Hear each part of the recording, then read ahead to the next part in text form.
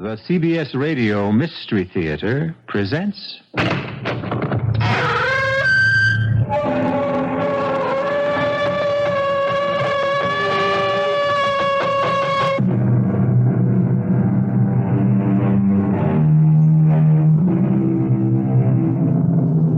Come in. Welcome. I'm E.G. Marshall. Welcome to the sound of suspense. Welcome to the fear you can hear. Welcome to the world of terrifying imagination. The subject of the story you're about to hear is murder. But the subject is also time. We've all heard of killing time. But have you heard about using time to kill? You will in the next few minutes when Mr. Owen Layton himself tells you his most ingenious scheme for getting rich quick by means of sudden death. Owen, for heaven's sake, what are you doing here? You're supposed to be in Paris. I thought I'd surprise you, Harriet, and I seem to have done exactly that. By the way, I met your charming dance instructor coming out of the house, although I'm quite sure he didn't see me. But I don't understand. How could you possibly have returned home so soon? I was in a terrible hurry to see you, darling. I simply couldn't wait to see you and do this.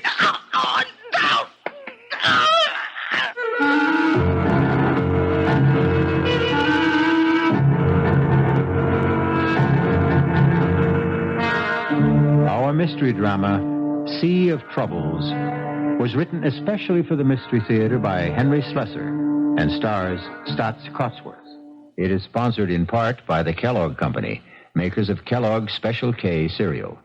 I'll be back shortly with Act One.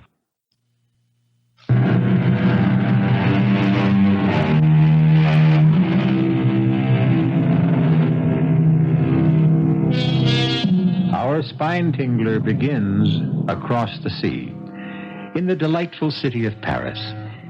They say that you can sit at a sidewalk cafe in one of these streets and sooner or later meet everyone you've ever known.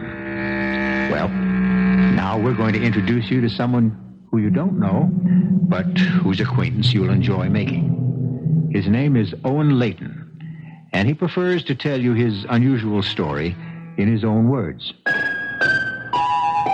I arrived in Paris at 10 o'clock that morning, but I didn't leave my hotel room until well after 4. I knew my brother Gerald's habits only too well. He'd probably be sleeping until noon.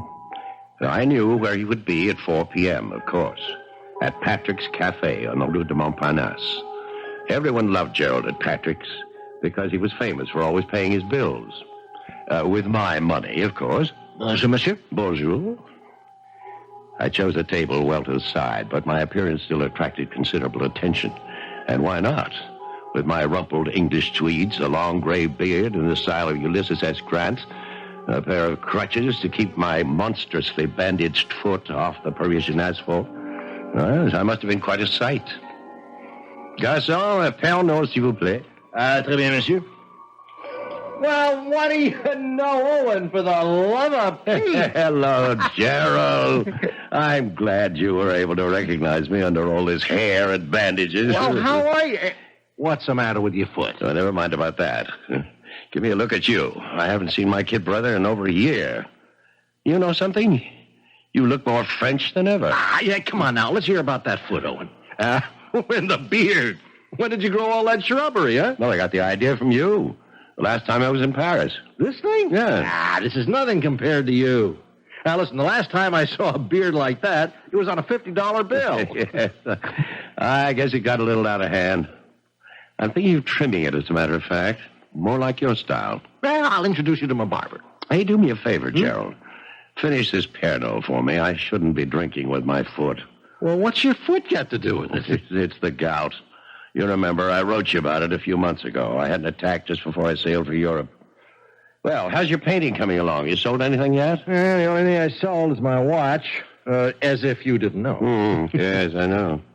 You came to Paris to starve in a garret. But you look pretty well fed to me.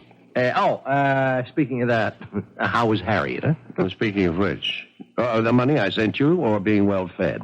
You know what I mean, Owen. Now, how is she? Still the same? No, she's more of the same. She's richer than ever. She's fatter than ever. She's also meaner than ever. Well, she couldn't be too mean. Not if she let you grow that beard. I still don't see why you wanted to grow it. You always made such fun of mine. Well, I had my reasons, Gerald. It was part of my plan. Plan? What plan? Why, to kill my mean, fat wife. Of course. So, this is your garret, is it? Pretty luxurious for a starving artist, isn't it? It's not bad. Yeah, and all those canvases. Some even have paint on them. Well, don't tell me you're really working. Owen, I know you're no saint, but I don't think you're wicked enough to do what you said. Strangle Harriet? No, Gerald, I'm wicked enough. Just not foolish enough. My wife's money will be precious little good to me in prison. Now, don't tell me you've got some kind of a foolproof scheme, Owen, because there is no such thing. Sit down. And no matter how clever you are, there's always someone cleverer. In the detective novels, perhaps. Now, sit down before I kick you with my gouty foot. I've got 5 pounds of bandage there. It makes quite a weapon. I don't understand what you meant about gout. It's the very cornerstone of my plan. I have established a medical history of the disease if questions arise later. Question? Yes, about the bandages. Owen, I have never seen you like this. You're really talking wildly. Now, those crutches, the beard, all this crazy talk about killing people? What? It's not crazy at all. It's a beautiful, rational scheme. And one that you will be eager to see succeed. Owen, what's happened between you and Harriet, huh? Well, nothing sudden. It's been a gradual change. Perhaps the inevitable result of advancing years. You know, I was considerably younger than Harriet when we married. Now it seems I'm not young enough. Now, wait a minute. Are you cutting me off? Are you going to stop sending me money? Nothing of the kind. As long as my income can support it, you can continue to develop your artistic talents. The question is, how long will my income continue? It's been 10 years since I married Harriet. The difference between our ages is suddenly not so great. Harriet is discovering that there are younger men in the world. In fact, there's one particular one she's fond of. You're joking. Yeah, he's a dancing instructor, as a matter of fact. She met him when I had my first attack of gout. I couldn't move for a month while Harriet indulged herself in non-domestic pleasures like dancing. What to talk about? Killing her? Killing her carefully, Gerald, with due regard to the risks involved. Actually, I thought of the answer when I was flat on my back. I had plenty of time to think then. About what? A unique phenomenon of the modern age. The magnificent paradox of transoceanic travel. Travel? Yes. A ship makes its journey in some 5 days. A jet plane takes only a few hours. But you hate planes. You've never been on a plane in your life. Yeah, that's right. They terrify me. But what does all this have to do with killing Harriet? Everything. For you and I, brother, are going to put that transatlantic paradox to use. We're going to prove that the difference between a ship and a plane is a lovely way to commit murder.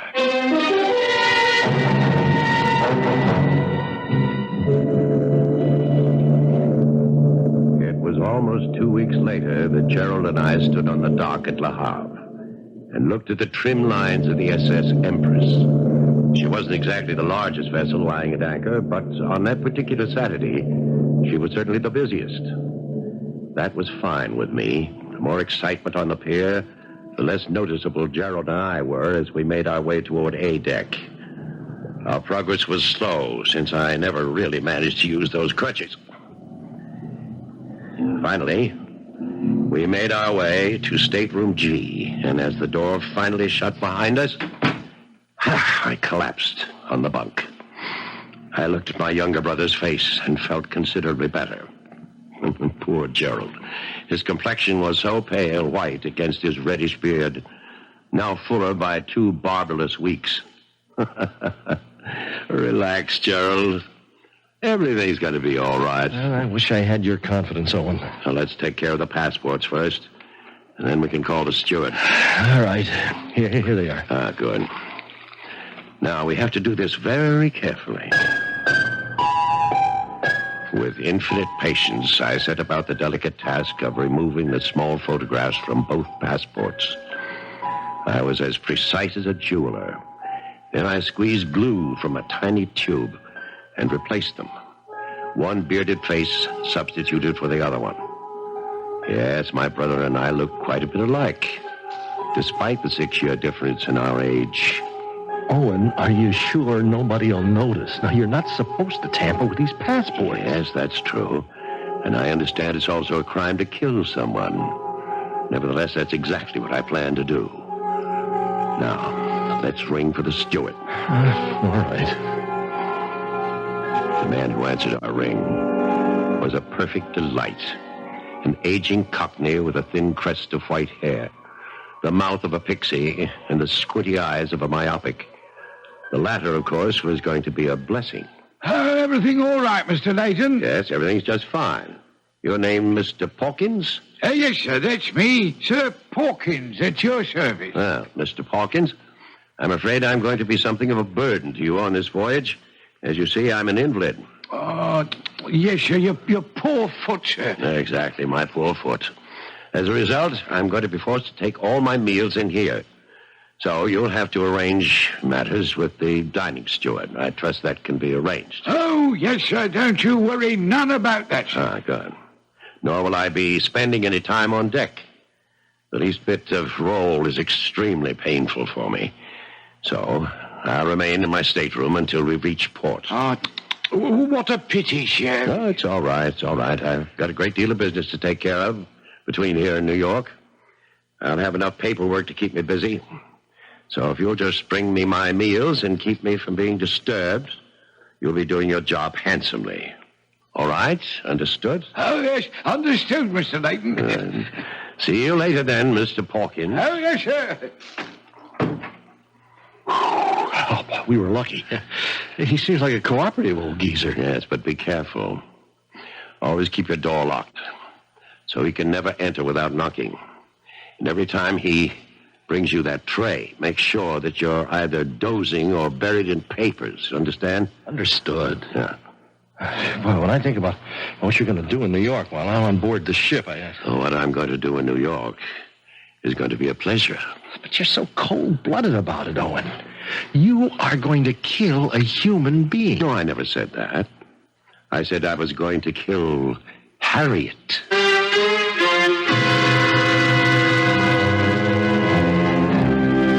Poor Harriet. There she is in her lavish New York townhouse, thinking about nothing but her dancing lessons, while aboard the SS Empress, 2 men are plotting her demise. Of course, we're not yet certain how Owen Layton plans to get away with murder.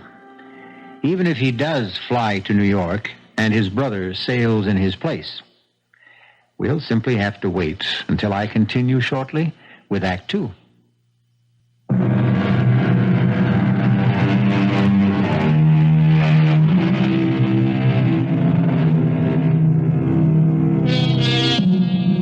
Now let's return to Stateroom G on A deck of the SS Empress.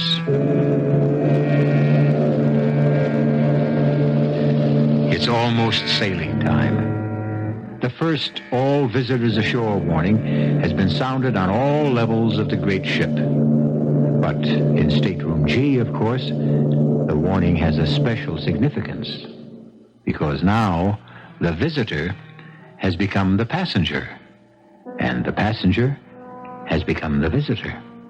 But let Mr. Owen Layton speak for himself. Now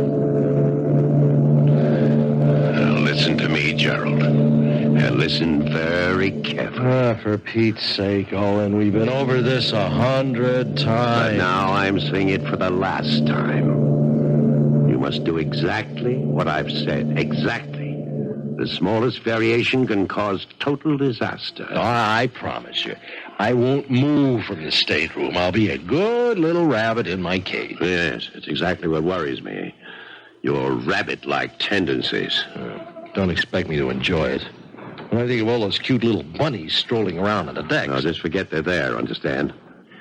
Let me get this bandage off my foot. Now. Oh, 5 days. And don't forget the 6 nights. You'll manage, all right? Won't be any fun, Owen.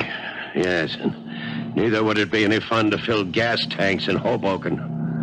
Not as much fun as living on the left bank with those Parisian beauties of yours. All right, I know. And don't forget who's really doing the hard work, Junior.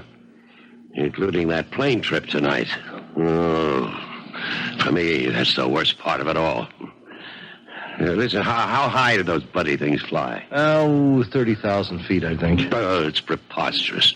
There, the bandage is off. Now, let's get them on you. By the time the next all ashore sounded, the transformation had been made. The bandages were on my brother's foot, and the crutches were lying snugly beside his bunk. And I was all set to leave. With Gerald's gray tweed coat belted around me, with Gerald's hat on my head, I strolled to the visitor's gangplank and left the SS Empress to its business.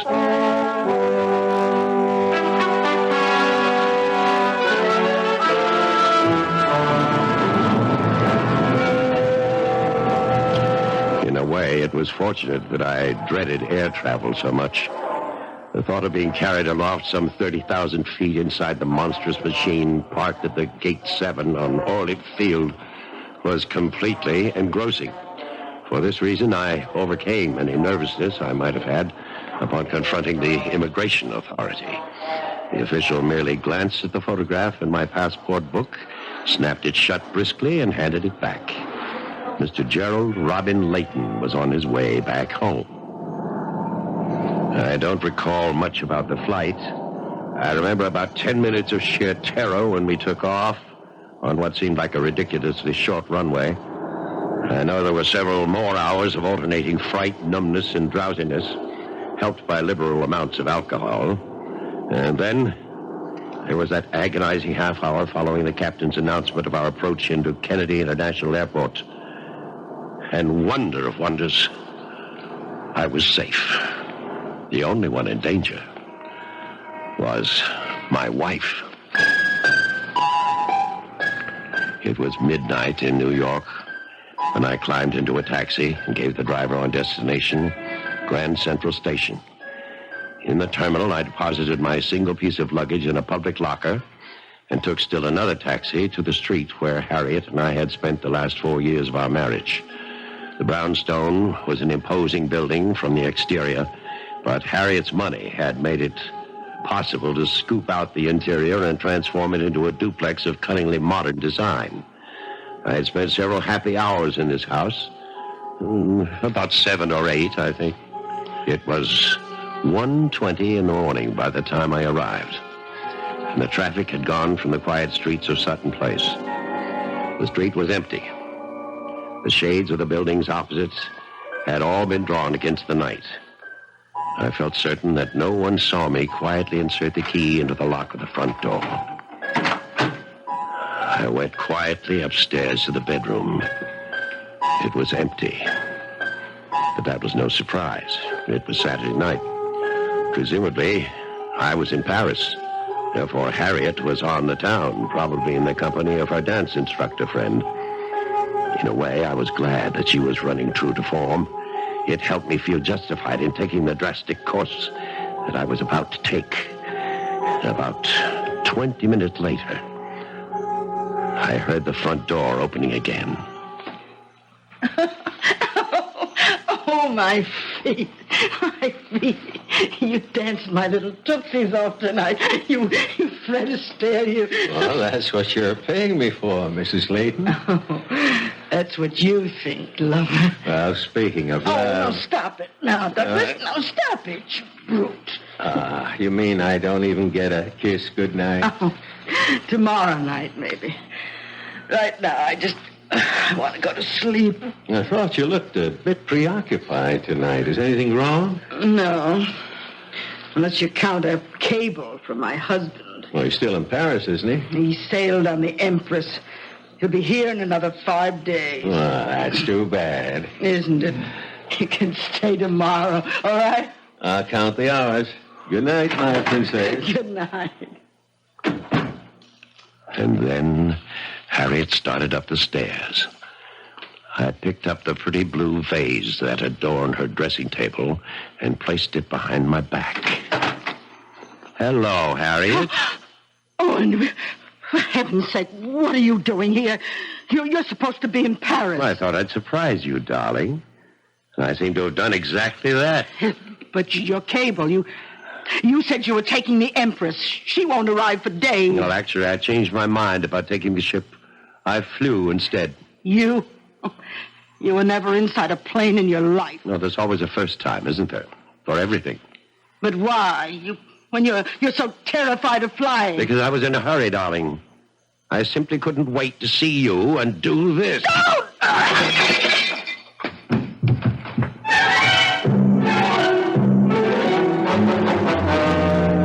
It was a shame about the vase. It cost a small fortune. The really distasteful part came now. As you may have gathered, I'm a man of fastidious taste. But when you have 5 days to lose, you can't afford the niceties. I knew it would be easier to lose myself in a region of the city where the lower depths are at their lowest. And so I discarded my British suit, my Italian loafers, and my continental manners. In an old pair of slacks and heavy wool shirt, I made my way to the Bowery. My first act was to join a shambling, silent line of vagrants outside the clothing relief agency, and I emerged with a costume superior to anything I could have invented.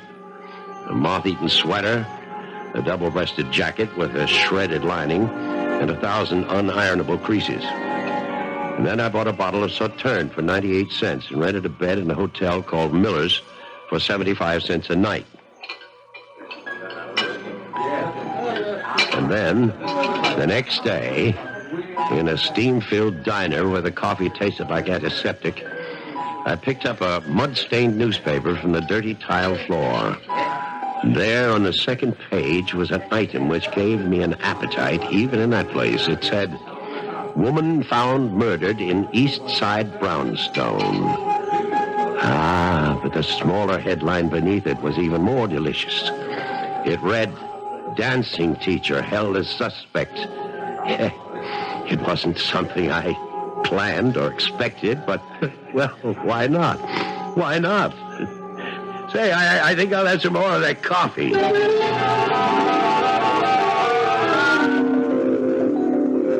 And then the 5 days were over. It wasn't very far from the Miller Hotel to the docks. The first glimpse I had of the Empress' beautiful bow on the horizon thrilled me in a way I had never known before. But I couldn't stand about and admire it. I had things to do. I made my way as unobtrusively as possible back to Grand Central Terminal.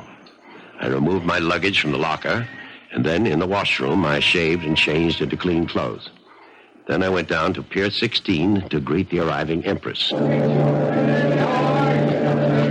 I knew that Gerald would be among the last of the passengers to appear. But then there he was, wearing my green plaid topcoat with a collar pulled around his throat, wearing my Homburg hanging low over his eyes.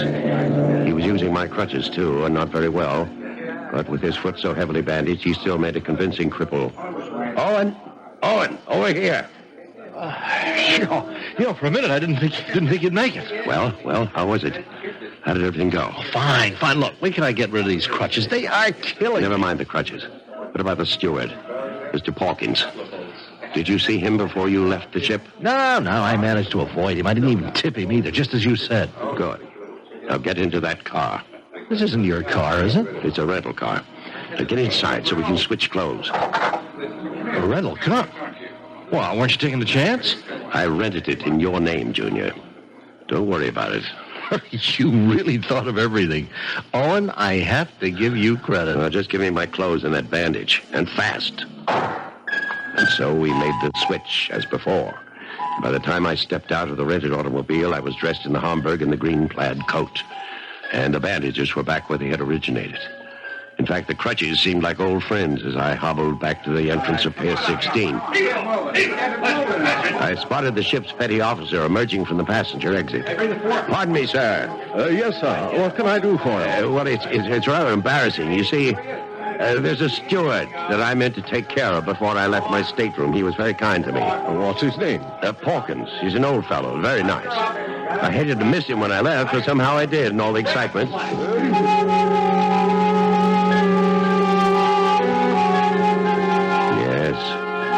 Old Mr. Pawkins was more than pleased when I handed him the two $50 bills. There were actually tears in his eyes. Oh, this is most generous of you, sir. Most generous. Well, you took very good care of me, Pawkins. I know I was a nuisance. Oh, no, sir, you were never. Why, I hardly even saw you, sir. Well, still, you brought me all my meals and so forth, didn't you? Well, I was glad to do it, sir. Glad to be of service. And I hope you'll be back on the Empress with us soon again. I intend to be, Pawkins. Yes, you can be sure of that. As soon as I knew that Mr. Pawkins was remembered properly, and that he remembered me properly, I knew that everything was going to be just fine. I told my younger brother to drive his new car to the village, find himself a small apartment, and lay low. And I took a taxi to my home. I knew there would be company waiting for me. Mr. Layton? Yes, I'm Owen Layton. Who are you? Name is Lieutenant Farley, Mr. Layton, New York Police Department. Police? What's the matter? My house been robbed or something? I'm sorry we couldn't meet you at the ship. We knew you were coming back today, but we thought it would be easier to meet you here and break the news to you. What news? What are you talking about? Bad news, I'm afraid. Maybe we better go inside. Yes, come in. Of course, I knew exactly what the bad news was going to be. Now all I had to do was to keep from laughing out loud.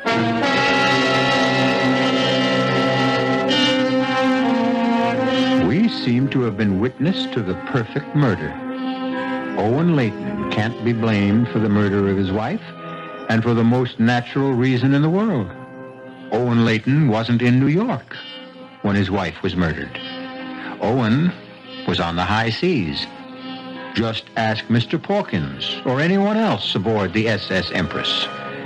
But before we congratulate Mr. Layton on his cleverness, why don't we wait until I return with Act 3? This is WBBM Chicago, News Radio 78.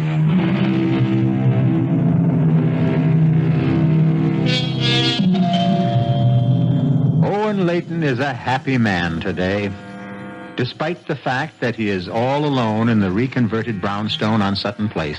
The smile never seems to leave his face, even as he hobbles towards the front door to answer the insistent chimes. His bandaged foot and crutches don't seem to bother him in the least. In fact, one has the impression that despite the tragic loss of his wife, Mr. Layton will never let anything bother him for the rest of his life. Evening, Mr. Layton. Oh, hello, Lieutenant. I didn't know you were coming by tonight. Oh, it's all right, I hope. Yes, of course. Come in. Oh, thank you. You were a bit too broken up the other day when we had a talk about that terrible thing that happened to your wife. Well, I'm sure you don't blame me, Lieutenant. It was a great shock. Here, let me take your raincoat. Raining outside, is it? Yeah, a little. Frankly, it was my decision not to send a radiogram to the ship. About your wife's death, I mean. It didn't seem right to break the news to you that way. Well, that was very considerate of you, Lieutenant. We knew you were aboard the Empress because of your cable. Yes. But you were right not to tell me when I was aboard. It would have been very helpless feeling, knowing that there was nothing I could do about it. Yeah, that's what I thought, too. At any rate, I suppose you've had some time to, think about what may have happened. No, Lieutenant. The truth is, I still don't understand. That man who killed her, what was his name again? Douglas Denton. Oh, yes. It's not his real name. He called himself that at the dancing school, but he was born Bernard Eubank. I take it you didn't know Mr. Denton. No, I never met the man before in my life. And why would he want to kill my poor Harriet? Well, actually, he's still denying that he did. Well, how can he? From what I read in the newspaper, well, you seem to have caught him red-handed. Well, no, not quite that good. We knew that he'd been, he and your wife had been seeing each other during your visit abroad, and that they'd seen each other that Saturday night she was killed. In fact, he was seen in the vicinity of your house by several witnesses, not more than 10 minutes from the time when we estimate that she was bludgeoned to death. I'm sorry, that's a little too graphic, I know. It's all right, Lieutenant. I want to know the details. I really do. Well, the one detail we don't know is why he would have done such a thing. I mean, frankly, we have Mr. Denton pegged as a rather small-time, gigolo. I'm sorry to tell you that, too. Oh, it's all right. I'm sure Harriet wasn't to blame. I'm sure that man just did whatever gigolos did and made a fool of her. Well, did your wife do that sort of thing often? I don't know. I suppose she's made a few mistakes. Which of us hasn't? Well, now, if you could be more specific... No, Lieutenant. I'm sorry. I want Harriet's killer punished, Lieutenant Farley, but not at the expense of scandalizing my wife. I'm afraid that scandal won't be easy to avoid. We know she was having an affair with Mr. Denton. He's admitted that himself.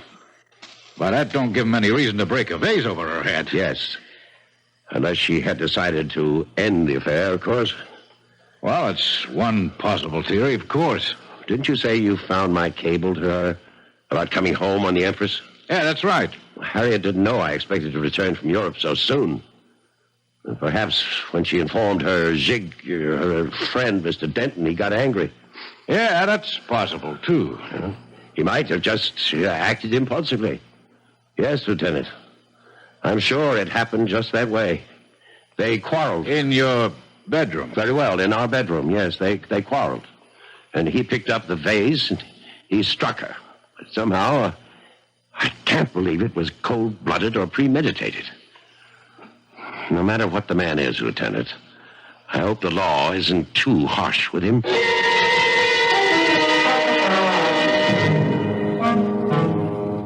I'll tell you what wasn't easy. It was the waiting. I had to wait for the outcome of 2 legal actions, the verdicts of both the criminal and the probate courts. But I had every confidence that human and fiscal justice would be done. And then, one night, a little more than 2 weeks after my return... Hello? Owen, it's Sheila. I beg your pardon? It's Sheila. Oh, God, I feel terrible not calling you before this, but I just found out what happened. I read the whole thing in the paper, back issue. Oh, and you poor thing, you must be in a state. Are you sure you're calling the right number? Oh, of course I am. At least that's the number in the telephone book. 815-5555. Well, you certainly have the right number, miss, but I believe you have the wrong party. Oh, come on, stop it. You're the only Owen Layton in the directory. Well, that doesn't mean very much. Hey, what is this? What are you trying to do? Well, I'm simply trying to find out who you are and why you think you know me. Hey, wait a minute. Is there someone there with you? Is that what all the double talk's about? No, I'm alone. Well, then why the big act?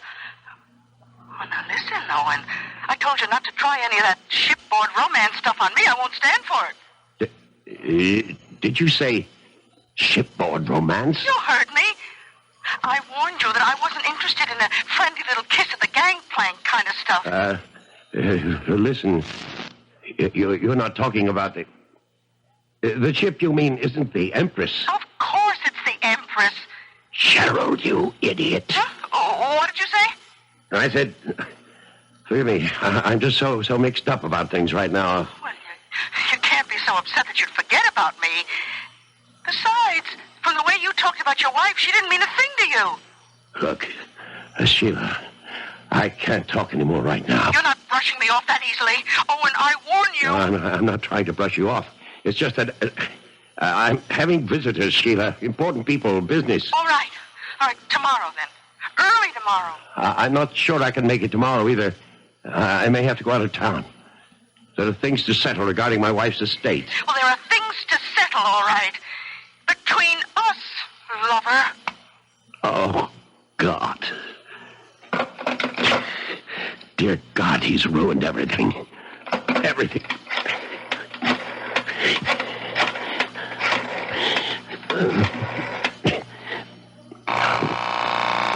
Pick it up. Pick up the phone, you miserable... Hello? Gerald, it's your brother. Oh, hi, Owen. How are you? Never better. Never better. What's the matter? You don't sound well. Well, why shouldn't I be well? I should be feeling on top of the world. I just had a lovely chat with a no doubt charming young lady. What? Her name is Sheila. Isn't that a lovely name, Sheila? Uh-oh. Is that name familiar to you? Owen, before you say anything else, will you listen to me? Yes, that's why I'm calling, to listen to you. To see if there's anything you can say, anything at all, that will mitigate my intention of coming right over there and strangling you. Now, you've got to understand how it was, Owen. I was a prisoner in that stateroom, a virtual prisoner. Yes, and that was the idea. I told you never to leave that room. Never to so much as poke your ugly head out of the door. Well, it was easy enough for the first day, Gerald, but after almost 24 hours of that, How many other women did you take up with? Owen, she was the only one, absolutely the only one I had anything to do with. And if I know you, you had plenty to do with her. Well, I couldn't live like a hermit, for Pete's sakes. I can't believe what I'm hearing. I can't. You knew how important it was to convince everyone that you were me. But I did that, Owen. I told her I was you. Aye, that was clever. No, she thinks I am you, Owen. Now, look, the fact that she telephoned you tonight, doesn't that prove it? Oh, yes, that proves it completely. Owen, I was really going crazy in that tiny room, so I took just one little stroll on deck one night. Yes, and met Sheila. I swear that I never knew she'd try to get in touch with me. Your girlfriend, Sheila, is in New York right now. She's demanding to see me. You. Me. What I mean is she's read about Harriet's death. She knows that you... she knows that she knows that Owen Layton is free and unencumbered and will soon be very, very rich. Oh, gee, I'm glad to hear that, Owen. Shut up. Your friend Sheila isn't going to give up that easily. She's going to track me down. She's going to try to renew our little shipboard romance. And do you know what will happen when she does? What? Think about it, Gerald. She's going to take one look at me, and I'll be cooked, roasted, fried. She'll know I wasn't aboard the Empress. She'll know that she spent all that glorious week with another man. And how long do you suppose it'll take for her to put two and two together? Owen, couldn't you put her off? Now, couldn't you keep her from seeing you? How? Well, if you could leave town, if you could get away. Yes, it's the only thing that's occurred to me, too. If I left at once... You could always go back to Paris. You always said it's your favorite city. And guess what? I saw in the papers that the Empress is sailing again tomorrow for Le Havre.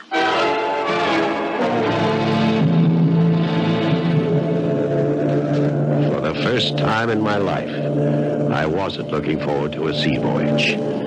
But I knew that my idiotic younger brother had left me no other choice. The minute I was off the phone with him, I was on again, this time to my very obliging travel agent, who told me that passage aboard the Empress was indeed possible. But for the first time in my shipboard travels, I couldn't get a stateroom. Couldn't even do better than B-deck. But it was an indignity I was forced to accept. This time, my cabin steward wasn't an amiable gentleman like Mr. Pawkins, but a gruff, uncommunicative type who made no promises of devoted service. But then I wouldn't require much service. For one thing, I no longer needed my bandages and crutches. As far as the world was concerned, my troublesome gout was healed. Oh, pardon me, sir. Yes? Aren't you the gentleman who sailed with us a couple of weeks ago? That Pawkins chap? Oh, yes, that's right. You were the officer who helped me find the steward. Yes, everything worked out all right there? Yes, everything went fine. Unfortunately, I couldn't get such good accommodations this trip. Well, that's a shame, sir. But then I don't think we'll have as easy a crossing of it this time. Why not? Oh, a bit of rough weather ahead, they say. Oh, fine. That's all I need. But rough weather ahead or not, At 4 that afternoon, the Empress pulled slowly away from the pier, and I admit that I breathed a heavy sigh of relief. That evening, I was taking a nap before dinner when someone knocked on my door. Oh, who is it? Must be unfriendly neighborhood steward. Yeah. Hello. Oh, I'm sorry. Oh, was there something you wanted, miss? Well, I've made a mistake. I thought this was Mr. Layton's cabin. Well, it is. I'm Mr. Layton. Oh, but you're not Mr. Owen Layton. That's the party I was looking for. But I am Owen Layton. Well, that's an interesting coincidence. I mean, two people would have the same names and even look a little bit alike. Although, well, the Owen Layton, I mean, is quite a bit younger. I don't know what in the world you're talking about. I saw your name on the passenger list, but the man I mean, well, he's about your height, and he has a beard like yours, but he's not you.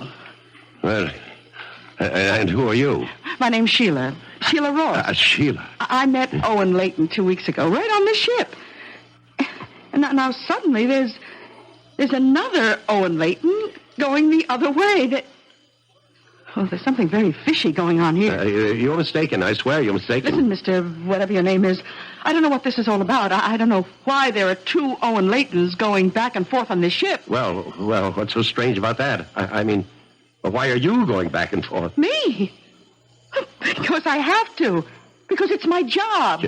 I'm a social director. You mean you work on the Empress? That's right.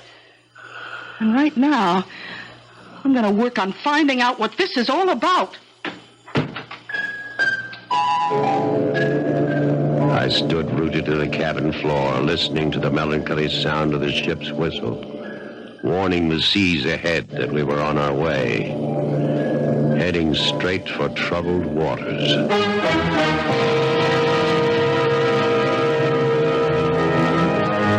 As you have heard, Owen Layton's perfect murder had the customary imperfection. But at least he'll be able to enjoy one last ocean voyage before the authorities send him up the river. Isn't it nice to see justice triumph? Oh, beg your pardon, to hear justice triumph. You'll hear more out of me when I return shortly.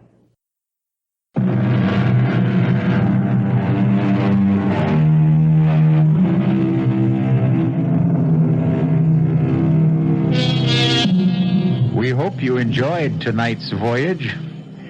We hope you'll be aboard next time the CBS Radio Mystery Theater takes you on a trip to all points mysterious. As you know, we have every means of transport available to us, from ships to trains